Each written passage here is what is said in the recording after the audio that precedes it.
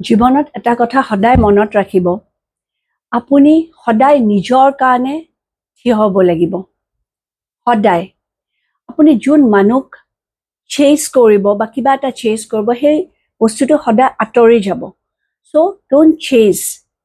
আৰু যোনে আপোনাক লাগে বা আপুনি নিড কৰে বস্তুবোৰ, সেই মানুহবোৰ সদায় আপোনাৰ লগত সদায় একেলগে ৱৰ্ক কৰিব।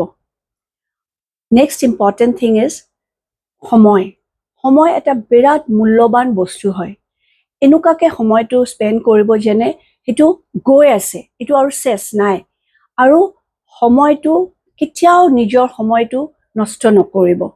আৰু চবচে ইম্পৰ্টেণ্ট যোনটো, আপুনি সেনেকুৱাই হৈ যায় যোনটো আপুনি সহ্য কৰে। সেইকাৰণে সদায় নিজক বহুত ওপৰত ৰাখিব, নিজৰ ষ্টেণ্ডাৰ্ডটো বহুত ওপৰত ৰাখিব। কাৰণ আপুনি এজন বহুত ইম্পৰ্টেণ্ট হয় নিজৰ কাৰণে।